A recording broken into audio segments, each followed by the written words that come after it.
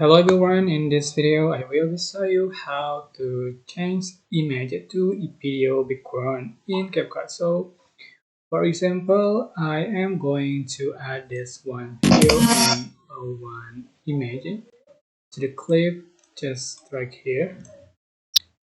And then I'm going to make this image to uh, this video background. So how to just um, make this video as an overlay here. Just move up, and then I'm going to remove the background. Just click cutout and select auto cutout like this, and then you can adjust for position and size like this.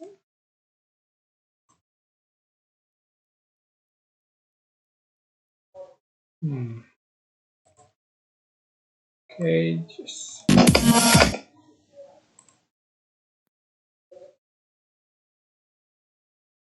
okay, but it's not appropriate.